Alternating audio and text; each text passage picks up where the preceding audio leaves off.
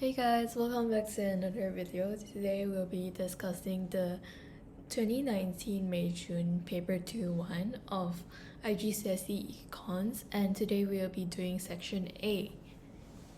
Okay, so this is the case study. You can pause the video if you haven't read it yet. Okay, question A. Identify using information from the extract 2 reasons why a person may have a low income. Okay, so it's the first 2 paragraphs of the case study. You'll find like a few reasons. So the first reason will be the person may be sick, so they can't work, or they could be old, so like due to old age, then they can't go to work. Or they may not be receiving state benefits, so they have a low income. Okay, part B. Explain using information from the extract whether Russia has a progressive, proportional, or regressive income tax system. Okay, so this one I think is the second paragraph. And you will find that state benefits are relatively low in Russia, and the country has one income tax rate of 13%. So they have one income tax rate, meaning that it's a proportional income tax system where everyone pays the same income tax. And in this case, it will be 13% for like everyone in Russia. Okay, part C. Calculate using table 1.1 what percentage of annual average income in Costa Rica a person would have if he receives UBI of $337.5 a month. Okay, so you look at the table that's given in the case study, and for the country Costa Rica, the annual GDP per head is 16,200 USD. You can ignore this part because the question does not ask that. And basically, they're asking what percentage of the annual average income. So we take 337.5, and that's a month. You want to find annual, which is a whole year. So you times 12 over the overall, which is 16,200 USD, and the whole thing times 100 to get 25%. Part D. Analyze using table 1.1 the relationship between annual GDP per head and life expectancy. Okay, so once again you're using the same table, but now you're finding the relationship between these two variables. So now you use both of these data, and okay, the first thing you should do is to state the relationship. And if you look at this data, it's a positive relationship, meaning that as the GDP per head increases, the life expectancy also increases. So why can this relationship be positive? Maybe it's because those with high income, they can afford more nutritious food and they have better access to healthcare, so their life expectancy will naturally be higher. And you need to find some evidence to show that this relationship is positive. So if you look at the lowest country, it's Mali. Their annual GDP per head is 2,300, and they also have the lowest life expectancy of 55.7 years. And then you look at the highest country, it's Monaco. They have the highest GDP per head, and they have the highest life expectancy. So yeah, it matches the relationship. And then you can find an exemption, which will be Russia or Costa Rica. Either way is fine, but in this case I talked about Russia. So if you look at Russia, they have a higher GDP per head than Costa Rica, but they have a lower life expectancy. So that's why they're an exception. Okay, question E. Explain an example of opportunity cost in the extract. Okay, so you define opportunity cost first. It's the cost of giving up the next best choice. And then since they want an example, you look at the extract, and this paragraph says that to governments to reduce spending on state benefits for the unemployed. Governments could then increase spending on other areas including education and healthcare. So basically, the governments, they could choose to increase spending on education and healthcare, and the trade-off in this case would be to reduce their spending on state benefits for the unemployed. So this is an example of opportunity cost, because you could have spent the money on increasing your spending on state benefits for the unemployed, but instead of doing that, the governments, they chose to increase their spending on other areas like education and healthcare. So that's an opportunity cost. Part F. Discuss whether or not a monopoly will charge high prices. Okay, so since it's a discuss question, you talk about both sides. So a monopoly may charge high prices because the consumers have little to no substitutes to choose from.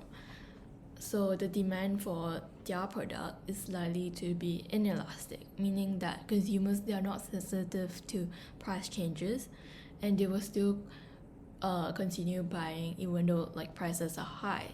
Therefore, the firms, they may take advantage of this, and they will increase their prices so that they can maximize their profit. This leads to this third point. And then the other point would be that monopolies, they have significant market power, so they can raise prices without having to worry about being price competitive. Because normally in market economies where there's like many firms, firms, they will try to make their products price competitive in order to, stay in the market. So yeah.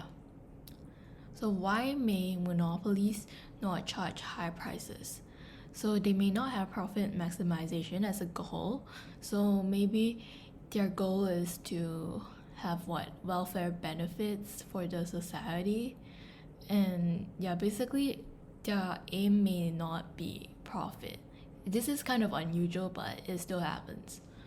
And the monopolies, they could have low production costs, and as a result, they can charge much lower prices. And the reason they can have lower production costs may be because they have economies of scale, which is that they can produce a lot of goods, and as they produce more and more, they have cost saving benefits.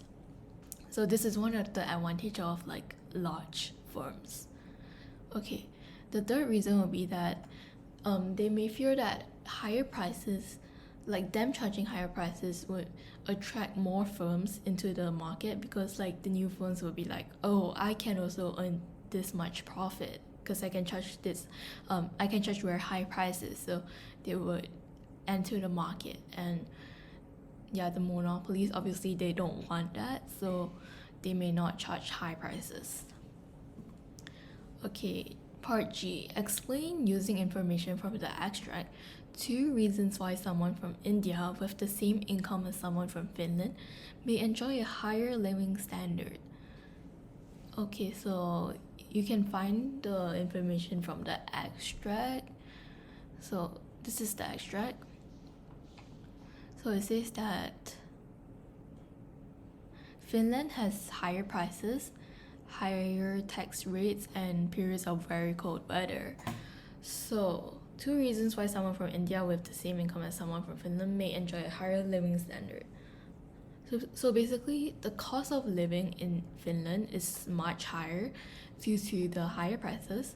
So those, even though like they have the same income, like those in Finland have the same income as those in India, those in Finland, they could have lower living standard because their cost of living is much higher. They have to pay much higher prices to afford the same things.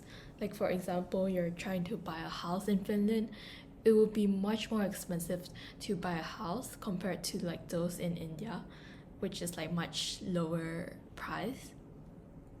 So those in India, they have higher purchasing power. And the next reason will be that Finland has higher tax rates. So a higher proportion of one's income is taxed in Finland, so they have lower disposable income.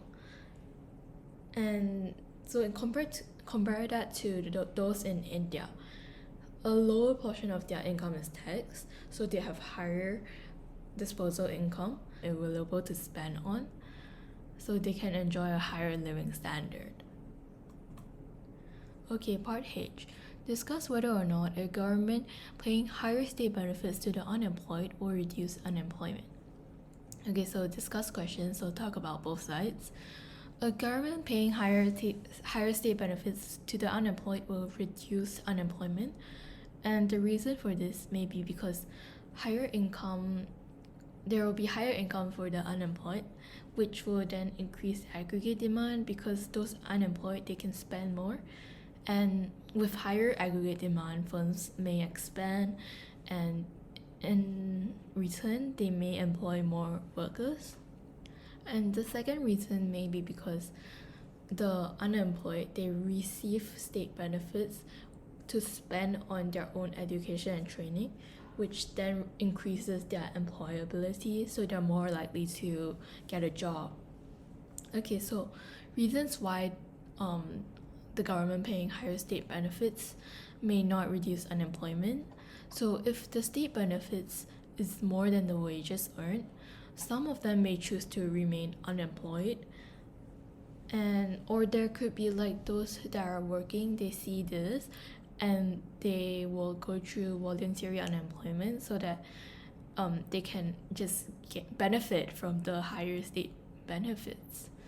And the second reason would be that the unemployed, they may spend the state benefits elsewhere, so they may not necessarily spend on their own education and training, and obviously this will not make them more employable, so it may not reduce unemployment.